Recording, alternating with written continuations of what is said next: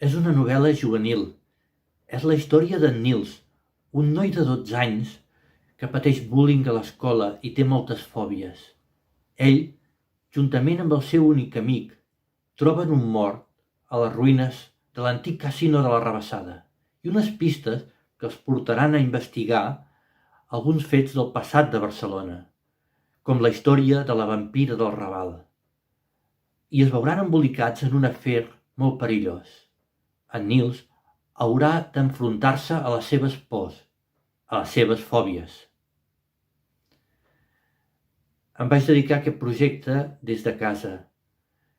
No em va mancar el temps, ja que em vaig haver d'acollir a un ERO de la feina.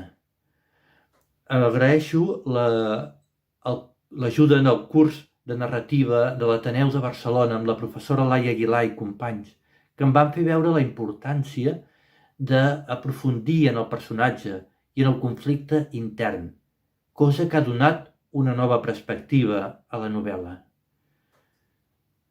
La beca Montserrat Roig va ser decisiva. Fa temps que tenia pensat escriure una novel·la ambientada a les ruïnes de l'antic casino de la Rabassada. I quan vaig veure la beca, m'hi vaig apuntar i vaig començar a treballar la història. Però va arribar un moment que em vaig encallar i pensava que no em portava al lloc i vaig decidir deixar-la.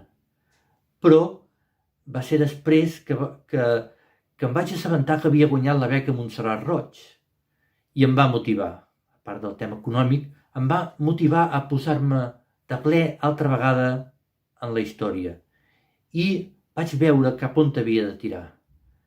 Segurament, si no hagués estat per la beca, aquest projecte hagués quedat en un calaix. Moltes gràcies.